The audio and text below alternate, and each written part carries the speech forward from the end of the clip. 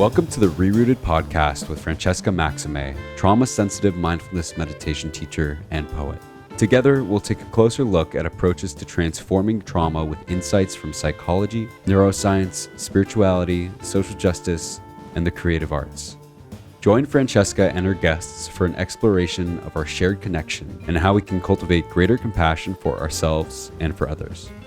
If you'd like to support Francesca and the ReRooted podcast, please visit BeHereNowNetwork.com/Francesca. Hey everybody, I'm Francesca Maximé. Welcome to today's edition of the ReRooted podcast here on Ram Dass's Be Here Now Network. You can learn more about me at MaximeClarity.com. That's MAXIME Clarity, CLARITY.com. I am here with pianist Miki Yamanaka. I am thrilled that you're joining us here today on the ReRooted podcast. It's been one of my efforts to kind of also include the joyful and the creative arts aspects of the ways in which healing can happen and transformation can occur, and the ways that spiritual practice and mindfulness practices, which is what this podcast is a little bit rooted in, is part of it, you know, meditating and all of those kinds of things. But that also practicing is very much a practice, meaning practicing your musical instrument. And so I just want to really welcome you, Miki, to the podcast. Thanks so much for joining us.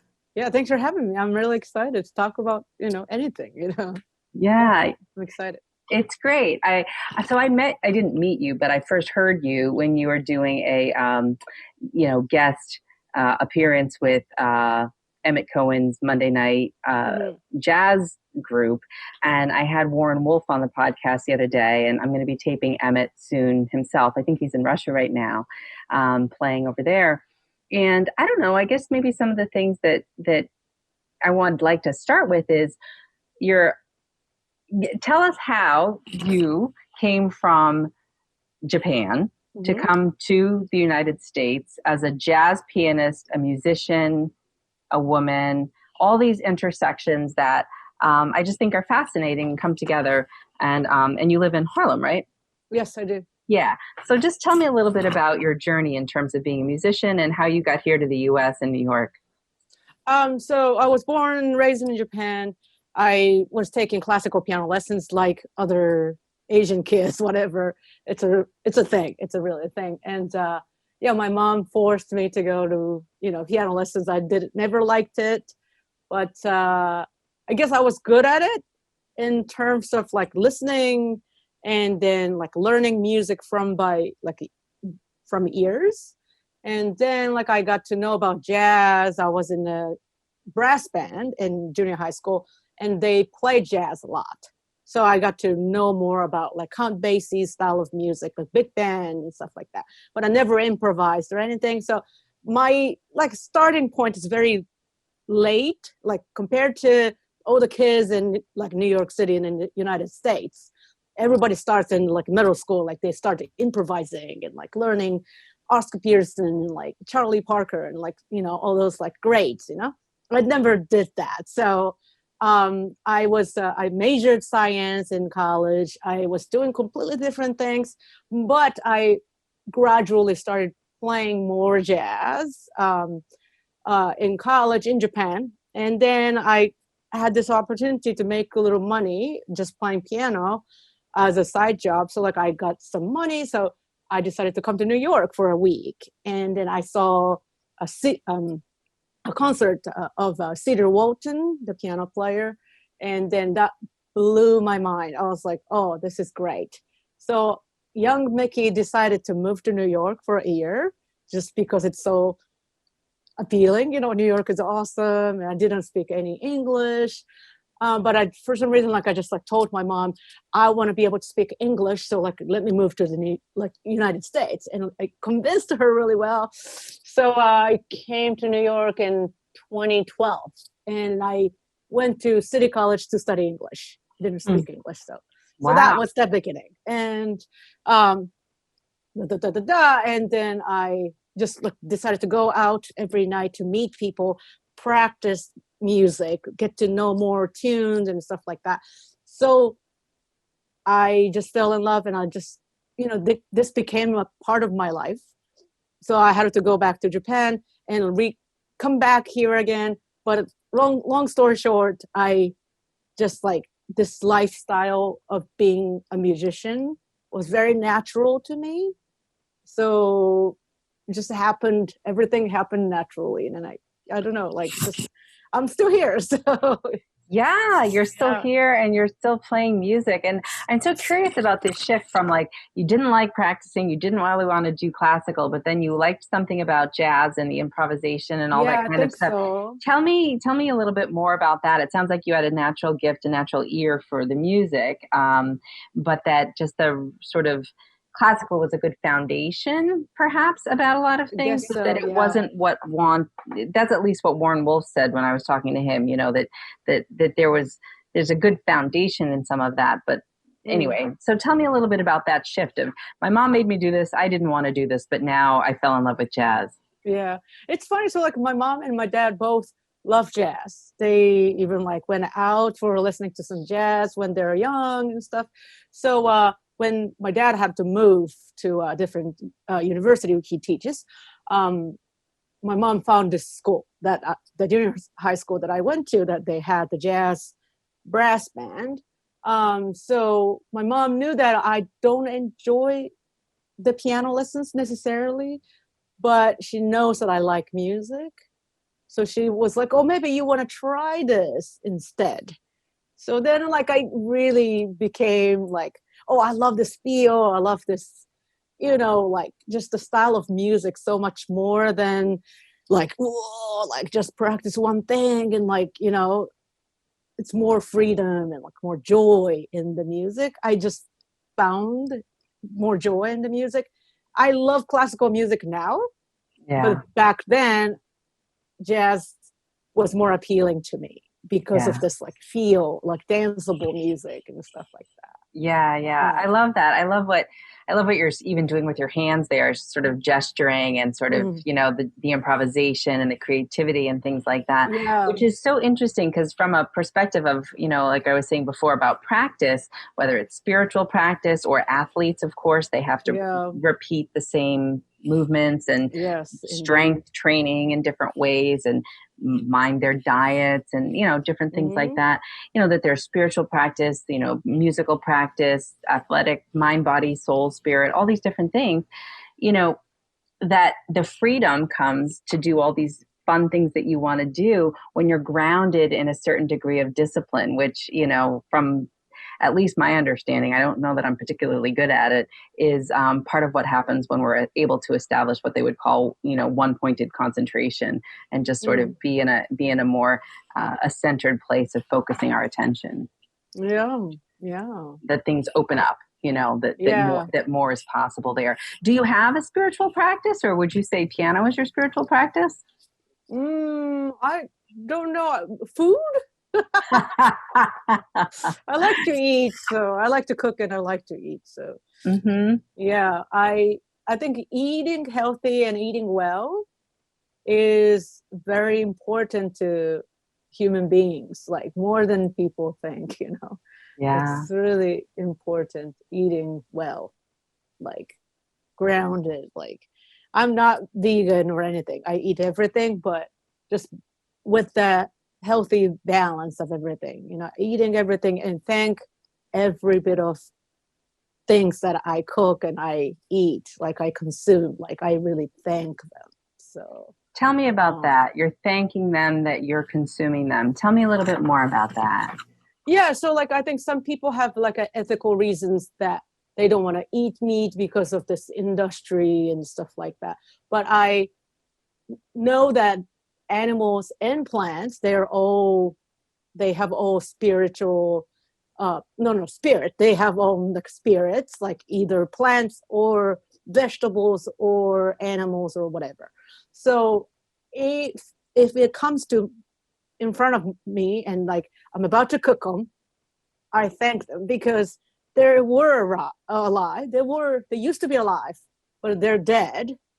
And then we all are gonna die. You know, we were born like individually different things, but then we die and we become kind of the same thing, like ashes or like, you know, those human cremations and stuff like that. But like in front of me, there are beautiful food, beautiful vegetables, beautiful meat and fish and stuff like that. I just, like I'm so thankful that I get to cook them. I get to eat them, and I get to nourish, and like, like I could get to like really feel alive from that. Isn't that nice? Like, I really think that's so important to remind yourself that we're meant to live by the, the things that are already dead, but, used to be alive. That's kind of my belief. Yeah. I love what you're saying. I really just am, and I'm enlivened by it myself, just because the whole idea of gratitude as a practice, appreciation, Yes. and actually making that an active part of your daily practice with your cooking. That's why I think so many people feel as though they have to be a separate spiritual person over here on the meditation cushion or at church or in the synagogue or whatever they like. Yeah, well, I don't mind them at all, but yes, that's what I do. Right. I guess what I'm saying is it can be integrated in ways in your life, your relationship to other things. We would maybe call it our interdependence, our causality, our causes and conditions. That yes, things are going to die, including ourselves, and that I can have gratitude and I can appreciate and I cannot have. And I can share, I can, as you're doing these things with your food, making food, I'm picturing you having people over for dinner and I love doing that. Yeah, exactly. And I feel like that's way then, we need to have a healthy body. We're playing the music, then we're nourishing other people with the music that you offer. And I'm wondering if I can find a piece of your music to play a little bit for people so they can get a taste, and then we'll come back after we listen to it a little bit. Is there any particular piece on your website that you would like to share, or should I just find something? I can send you something, I guess so. So tell me about the piece that we're going to look at now. So I've been doing a live streaming series every Wednesday. Like, I just started a couple months ago, like, inspired by what Emmett has been doing. And like, I got to see the real scene. I don't have that much gear that he has, but like, I'm trying to do what I can do and to be able to make music every week with a different bass player, because my husband is a drummer, Jimmy McBride. So we just, we don't want to make it a little too crazy because of the COVID. Want to have different bass player each week. This is the excerpt of that scene, basically, that our friend Yasushi Nakamura played the bass with us that week. And Chick Corea, the great piano player, just passed away. So it was really, meaningful week to play his music. So maybe you can just get a little taste of that. All right, let's just hold on a second and we're going to take a listen. All right, so we're going to take a listen.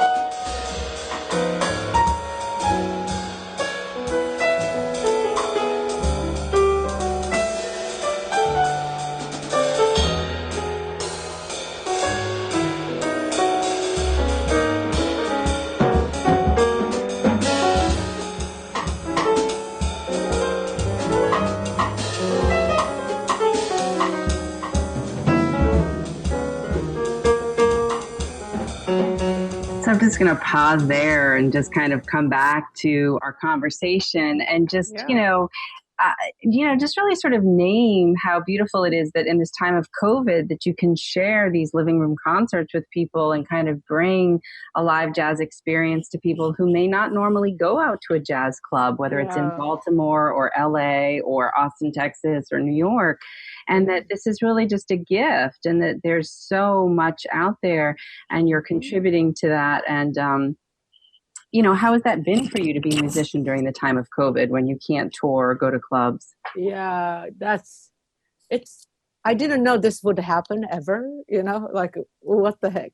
Like maybe the 9/11 happened to New York and some people told me New York was a whole mess, which was like, people were in grief and like sad, but like you could still go out to play music on the road, like to different country or something like that.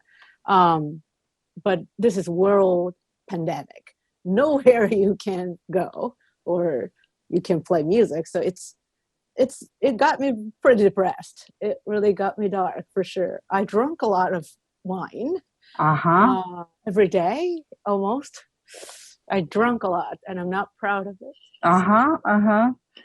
I think a lot of people are dealing with coping in different ways. Yeah, but I quit smoking cigarettes. I used to smoke cigarette, but then when the COVID happened, the main thing that people were talking about was like, if you smoke cigarette, higher risk.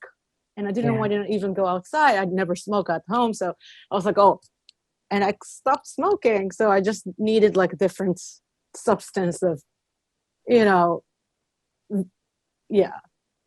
not proud, but that's how I coped with. And I listened to a lot of music though. I listened to a lot of records and CDs that I have and like trying to be more like appreciative of what I have.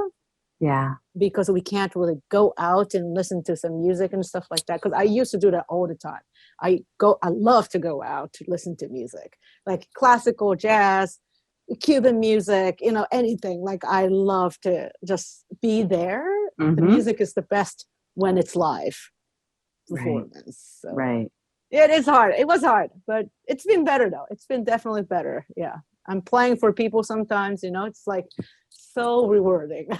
Yeah. I can really sense that. But I appreciate your honesty around the struggle because I think a lot of people are struggling and they're struggling silently and they're struggling in a way that's isolated and they feel as though if they're eating differently or if they're drinking or smoking or doing things differently that they feel bad about themselves for that. And I just think that it's part of the journey in terms of, we can ground ourselves in various practices and you can appreciate what we have, but also sometimes it's just a lot. And I appreciate your honesty on that, and it's interesting, right? Because of COVID, there's also the whole thing that came up last year with Black Lives Matter movement. And we were talking about, before we get on the call, we're taping today in March of 2021, that just last night there was 8 people that were killed, 6 Asian women in shootings at massage parlors in Georgia. And I had a client of Asian descent earlier today who was really talking about the sadness and the rage that are connected to these issues about racial violence, racialized violence. And I just didn't know if you had any thoughts about that you might want to share. For sure. The biggest thing for me that hit in the morning was like, it's very sad and like, but I don't know, like people might say different things. I don't know, this is my feelings, but when I scroll on, Instagram or Facebook, like I see people's reaction to what happened to the world, right? And then I just didn't really see too many of that about the incident. And I just couldn't believe this was real or not, because not too many people shared it.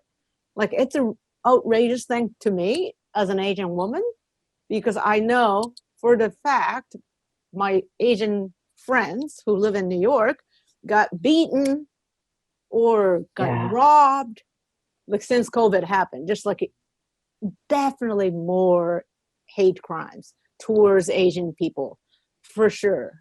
Right. For sure. I know that for the fact. Luckily, I haven't dealt with any so far, Right. but who knows? Like I go out with my kimono on, like people can tell immediately, oh, that bitch is Asian, like they can totally hit me and like put me into the really serious danger. But I've been okay so far. I'm really thankful for that. But my friends got spitted, beaten, like really Horrible. It's terrible. So like none of them were killed, but those women were killed in Georgia. It's very sad, but like I didn't really see my friends' reaction so much, and that made me sad. Are you talking about white friends? Yeah, like white friends, or like even Asian friends. Like, why don't you speak up? Like, why don't you talk about this? Why don't you show your rage? Like we're not good at that. Maybe we're not good at showing our sadness to like outwardly, like to public, maybe like there must be sad. They must be dealing with this everyday fear. Right. But we don't really speak up. Showing the rage is against your cultural values, perhaps. Like I don't speak for every Asian country, of course, but like at least as a Japanese woman, that is huge part of the culture. Women are always behind the men. Japan is a sophisticated, like gentle, like you don't really show your personality. That's the reason why I moved to New York too. In Japan, it was much harder for me to express my personality. So yeah, my thoughts are, I'm so sad to know that happened. White man killed Asian woman. That's completely disgusting.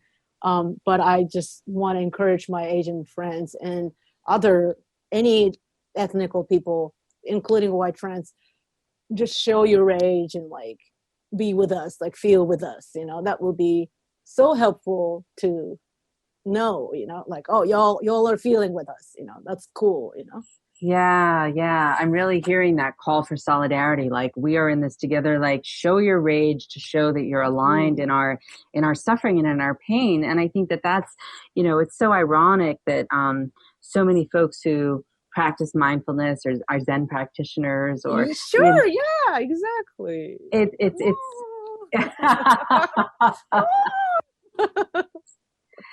yeah, I wonder, how that energy, there's a book, that a friend of mine wrote, Lama Rod Owens wrote a book called Love and Rage. And it's talking about sort of transforming the energy of anger and rage, really about that to a place of connection and connection with self and with others. And I think that it's so funny because I feel like the more I study about trauma and our nervous systems and the ways in which we are influenced in terms of what we decide to do with engagement and acting out for, not acting out, I mean like engaging in a positive way versus staying in a more contained way. So much of it is about safety or what we perceive as being safe. And I just wonder if the showing your rage and solidarity for some folks feels as though it's not safe.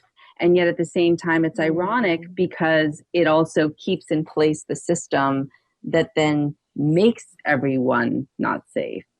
Yeah, I don't support that. It's just like, I hope like people can, that's, I don't know, like at least I think that people should. I get it. You want people to kind of shake it off and to kind of be bold. And I think that's what we witnessed last summer, right? There was totally. That was, I cannot speak for my like Black friends, like how they felt, but like for me to be able to speak up and like show them that I am angry as well. Like this is crazy.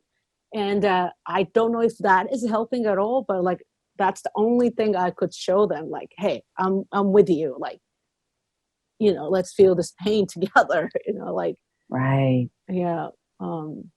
Yeah. I don't know, just sad, so sad. Yeah. Yeah. And also that there are so many systems. And it's interesting because when we talk about racism and we talk about hate crimes and we talk about violence, and we talk about trauma, there are a lot of ways in which I find people say, well, this kind of trauma and this kind of racism is worse than this kind of trauma or this kind of racism or this kind of, if it's homophobia versus sexism but I'm a woman, but I'm Jewish, but I'm Black, but I'm an immigrant, but I'm, my able-bodiedness isn't centered in the way that, able-bodiedness is centered in all these kinds of things, and that people have almost a competition. But what I'm hearing you say is that yes, there are unique and specific ways in which certain marginalized communities get targeted. And also there's a way that we can join in unity around not spiritual bypassing and skipping ahead, but in really feeling and resonating and being there, holding one another during these times. Yes, I think that's very important. I think that is very important. Like that, I understand what you were saying about the fighting, like, oh, my pain is more, and like, or think about my pain, I definitely witnessed that conversation over people for sure. But what we can really do is like to feel together and like, we're together, holding ourselves together, we can't understand someone like bad past. Like you can't understand the feel. Like it's not about the racism or any hate crimes or anything, but you cannot understand anybody else's pain. But what you can do is like hold their hands and like, all right, I'm with you. Like that's what we can do. So yeah. No, I really appreciate what you're saying there. And it is true, right, that there are systemic things that have kept people in certain roles or with certain beliefs. And I'm curious, you mentioned your kimono, and you also mentioned that in Japanese culture that the women are kind of in the background. Yeah. Can you talk a little bit more about both of those? So like I started wearing kimono maybe a couple years ago, just like once a year, like for special occasions. But then like this summer, I realized that I have so many kimonos from my mom and my grandma, whom I've never met. My grandma, but I have my grandma's kimono, and it's connecting to my culture. And I really felt like it's important to connect to my culture, even though I'm in New York. And then that it's cool, but as a woman, like, even like being in front of people, just like, hey, like, look at me, like I'm playing jazz piano, wearing kimono. It's just like kind of like a little bit, oh, what are you doing? What are you doing? Yeah. It's like, oh, I don't know. It caught my attention. Yeah, it's like, what are you doing? It's like sometimes good because you thought, oh, she's interesting, right? That's really cool. I really appreciate that you thought about me. Like that's really good. Like it's working well. But then like in Japan, if I do the same exact thing, wear a kimono to my shows and like post my photos of wearing kimonos and stuff like that, I don't know if the reaction will be the same. I don't know. I'm not sure because I haven't done it there, but not sure if the reaction will be the same.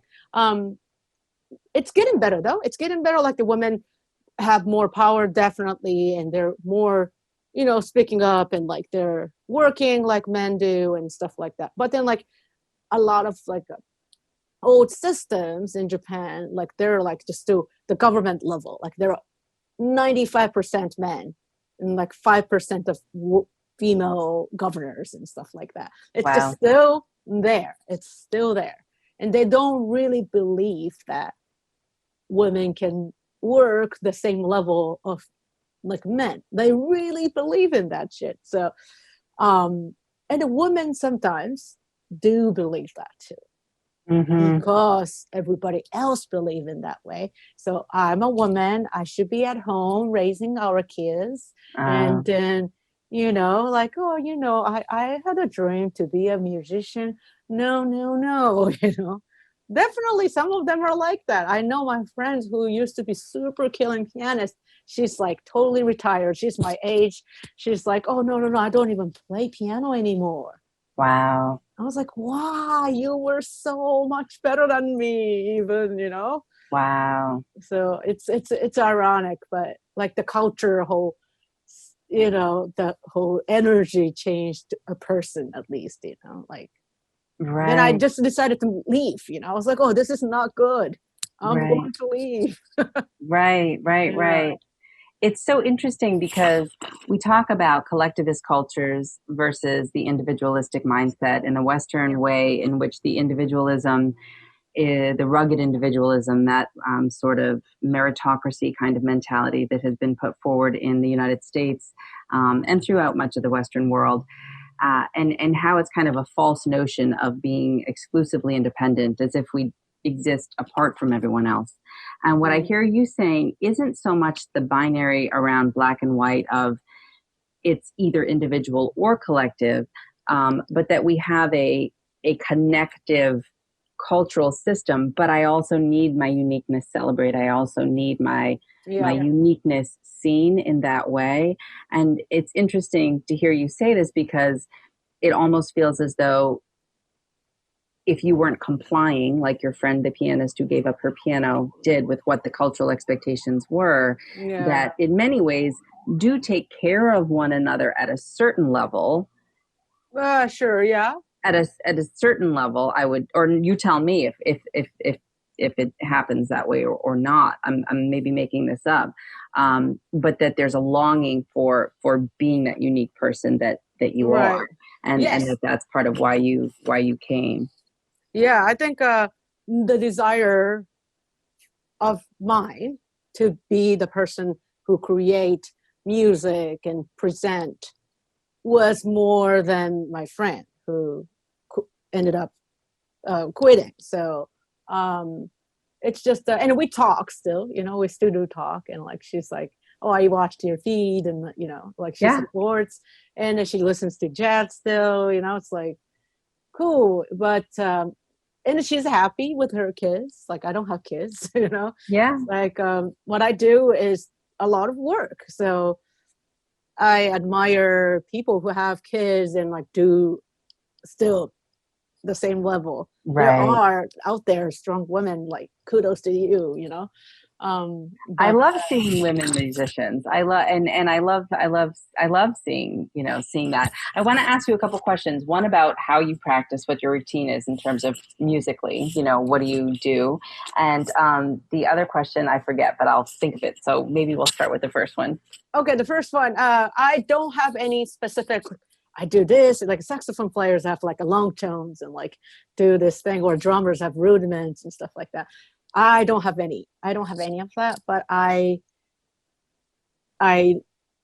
just play whatever I want to play, because I'm not the most skillfully like gifted player, maybe because I didn't like practice when I was young so much, but I just like to create music, so I don't really like to practice alone.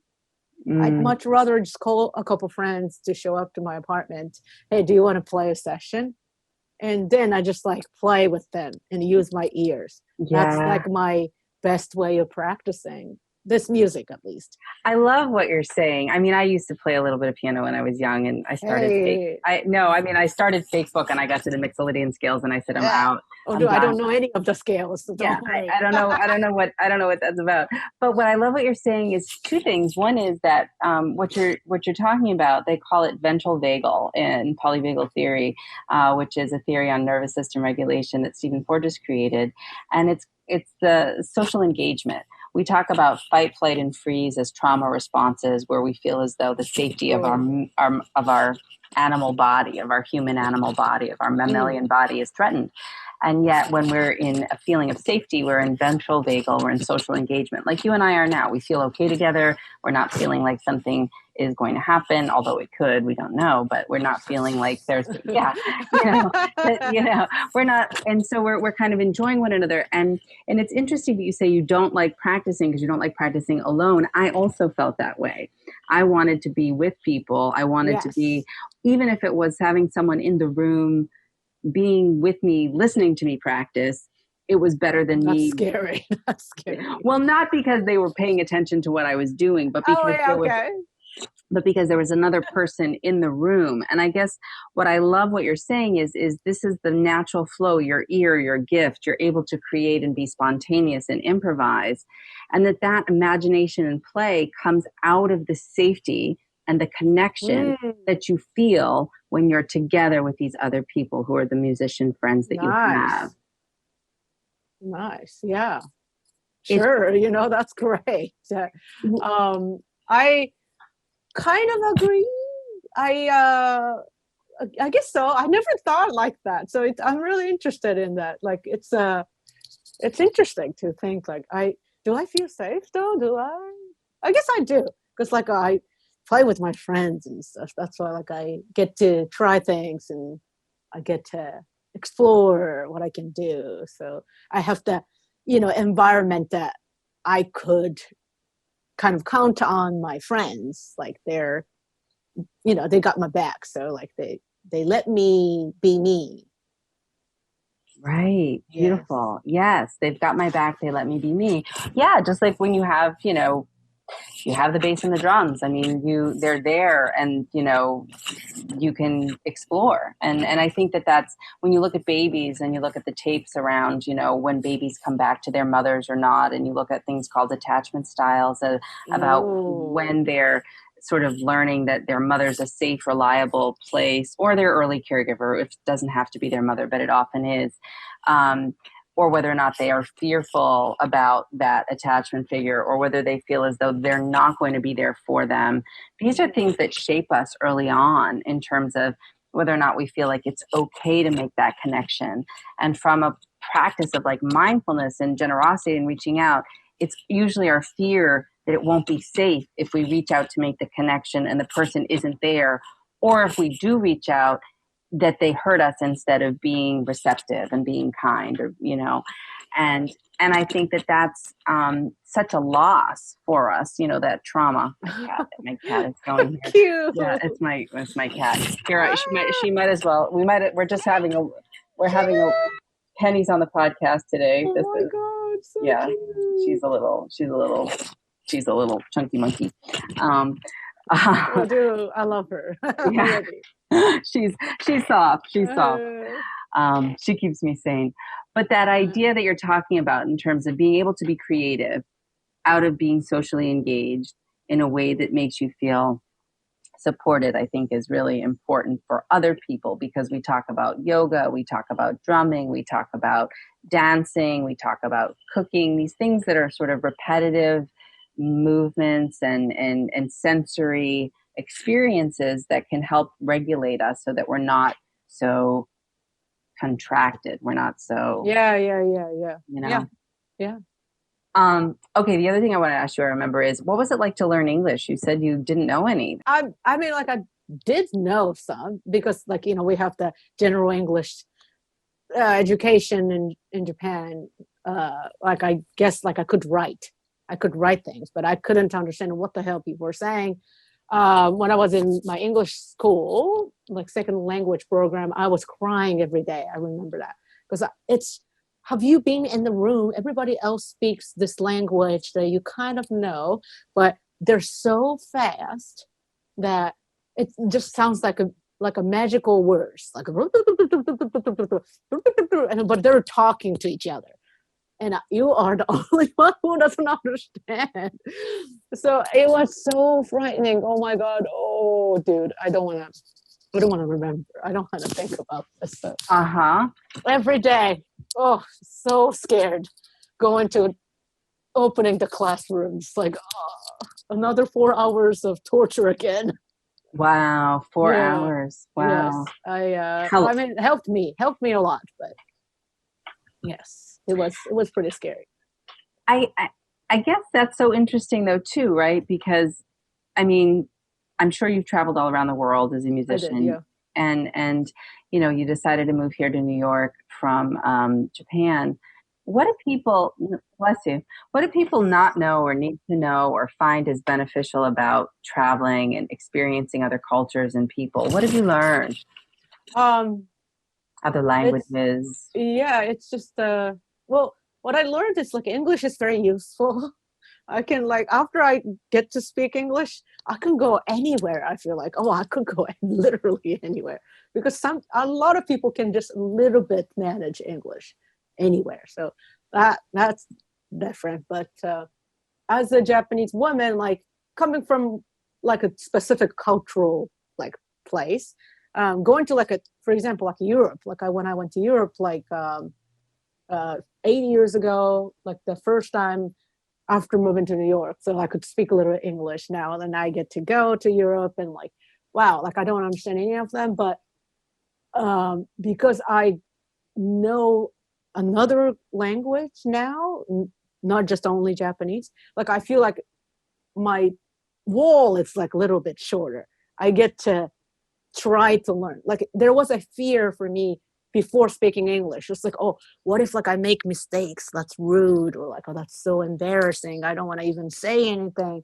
But then now I'm like, oh, what is there to lose? Let's go. Then like I get to fully enjoy their culture, food, and their humor, and like their dances, and like arts, and like all those crazy stuff, because I know that there's nothing to lose. So like I get to really fully enjoy it. And it's so important. Like I hope a lot of people after, vaccinated and everything, Yeah. people actually go out and fully embrace themselves to enjoy the culture. Yeah. I think it's important. You've said a couple things as we're kind of winding down today that stand out for me. You made it very clear, like, hey, we're all going to die. And so I'm going to be giving thanks to all the things that were once alive, the plants, the food that I eat. I'm going to prepare it with gratitude. You said I'm going to stand in solidarity with my friends. I want more rage and more outrage around anti-Asian violence, but just any kind of violence in general. I'm really hearing you say, but specifically around, speaking up and making sure that we hold each other's hand. I've heard you say that, culturally as a woman in Japan, it felt like you really needed to come and kind of make your own way and make your own path. But that your discipline of whatever it was with your classical music early on and your sort of improvisation and your desire to be creative, that when done with other people in a playful, creative, safe space is your greatest joy, along with connecting with people and being really alive when you travel and meet people and do these things. And yet you were depressed, you drank a lot, and you smoked. And so I guess what I'm saying is that you're very alive, you're very dynamic, and yet you're very human. I yes, 100%. And I think people think that they're the only ones that are having troubles. Oh no, everybody is. Like, look at there's definitely neighbors, everybody, just every friends of yours, they seem totally fine. They might be having the worst days. Yeah. And what do you attribute this sort of shift? You said things are getting a little bit better. Do you have any sense of that? It's mid-March now in 2021. For you personally, what shifted for you? So it's funny, like the last year, 2020, March 14th is my birthday. March 14th and 15th, those are happy birthday. Thank you. Yeah. Those are the days that I played the last gig before lockdown. And then the last two nights, I guess not last night, but like 14th and 15th this year, I also played the gigs. And then like, I can totally feel the energy is like, the last year was going down, and this year the energy is going up, like, because we have future gigs, we have things to do. Like now I'm still playing music with my friends. It's not like I'm like in this cave alone with my husband. Like, it's just not like that. Just like, oh, I'm seeing a new person. I'm seeing, Gano Keigo is coming by tonight to play with me. It's like great cats showing up and play, support each other.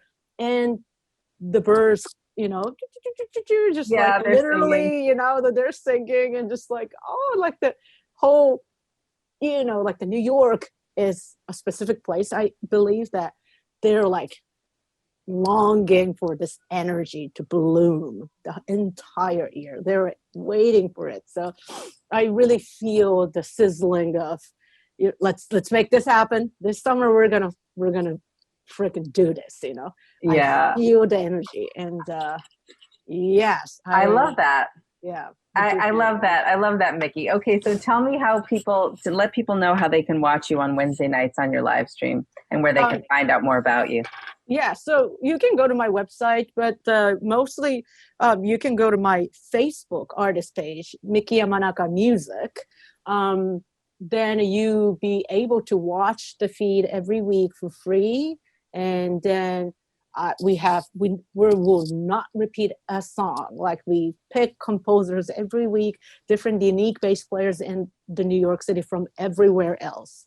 So just like come join us, come watch the show. If you miss it in the live, that's Wednesday 6 p.m. every Wednesday, but you can watch it on my YouTube channel. Like I always post concerts until the weekend, so you can always catch us. And even not like just like I host jam session every Monday at Smalls.